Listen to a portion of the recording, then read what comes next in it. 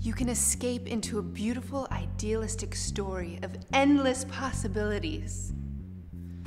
That was an excerpt from one of the classes I went to this week at a Christian Writers Conference on why Christian romance novels are so great and how to write them. I was quite shocked and surprised at some of the things that they admitted we as women want.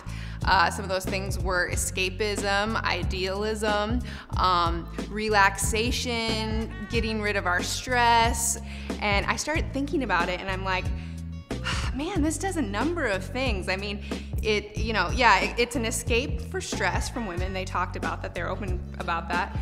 It's idealism for men, Christian men, with the way they should behave and perform. And I think the end result to that, though, is dissatisfaction with the way that God has given you the life that you have and the lover that you have. And I was like, here's these women thinking that they're doing something that's bettering their Christian walk, and they're probably all dissatisfied with this man that they're actually living with. And then I started thinking, as I've studied pornography, I was like, a lot of men say, well, hey, it's just a stress reliever. I had a long day at work, so I owe myself this. And then over time, it creates an idealism of the way women should behave and perform.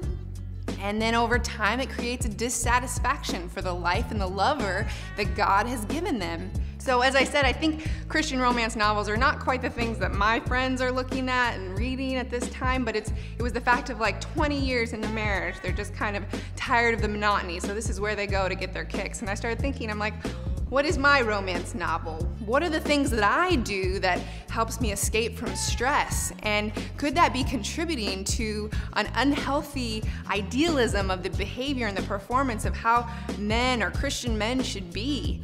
And is this creating dissatisfaction with the men that I see, and will it cause dissatisfaction with the men in my life someday? I'm not against entertainment by any means.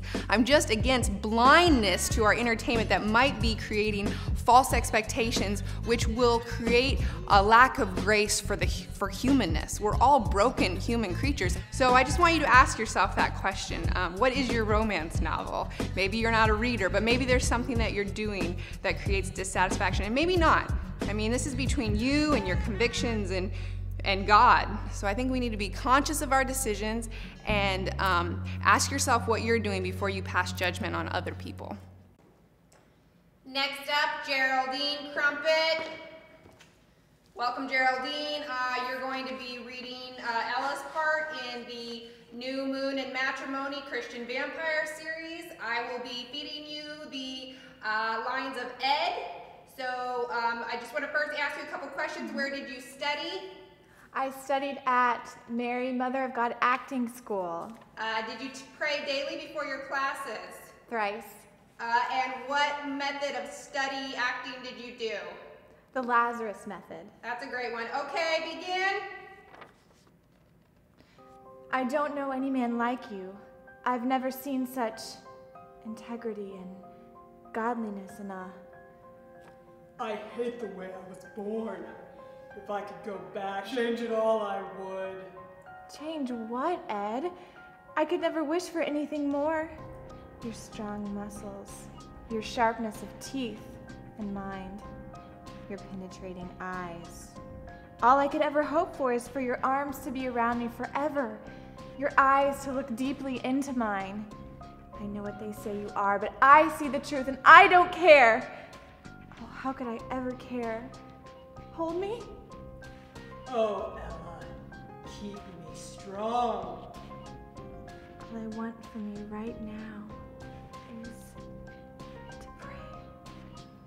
Excellent, Geraldine. Thank you. Next.